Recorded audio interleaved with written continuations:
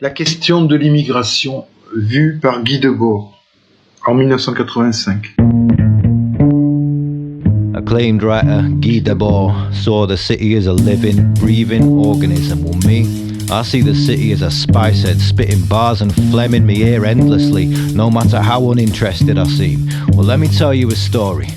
See, I was treading a weary path homeward when I absolutely decked it into the sign of this jazz joint, and I thought, a drink and some jazz will take the edge off me mashed up shins. So I headed inside, but nothing I've seen in my life could prepare me for the sight. I've never seen so many mullets in a jazz club. I couldn't believe all these mullets in a jazz club. What is the deal with these mullets in a jazz club? The 80s retro feel on these mullets in a jazz club. See, I heard the mournful trumpet squall pierce the dense sticky mist mystical. Yeah, I heard the triplets running riot with multicolored mullets dominating my peripheral. Whoa, there seemed to be an inherent dissonance, and not just in the music, my jazz heads will get that one. I don't get it. See, I reclined all five of my eyes taking in the detritus and had to back up back up against the bar. Shut up, think. Ordered a stiff drink from pure instinct, turned to the bar, delivered a gasp and some muffled breathing, saw a silver mullet with a bartender underneath it. I cautiously requested a double Woodford and disregarded the confused look she hit me with. I watched the dust rise in celebration from the whiskey bottle as she lifted it. See, I looked around and it was Red Bull vodkas as far as the mind's eye could see. Unexpected, giving them wings to fly high above the societal construct known as sobriety.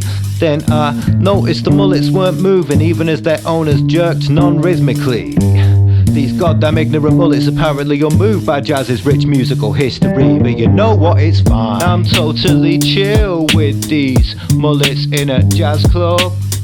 I have no feels for these mullets in a jazz club. I'm not fussed, get a visceral thrill from these mullets in a jazz club.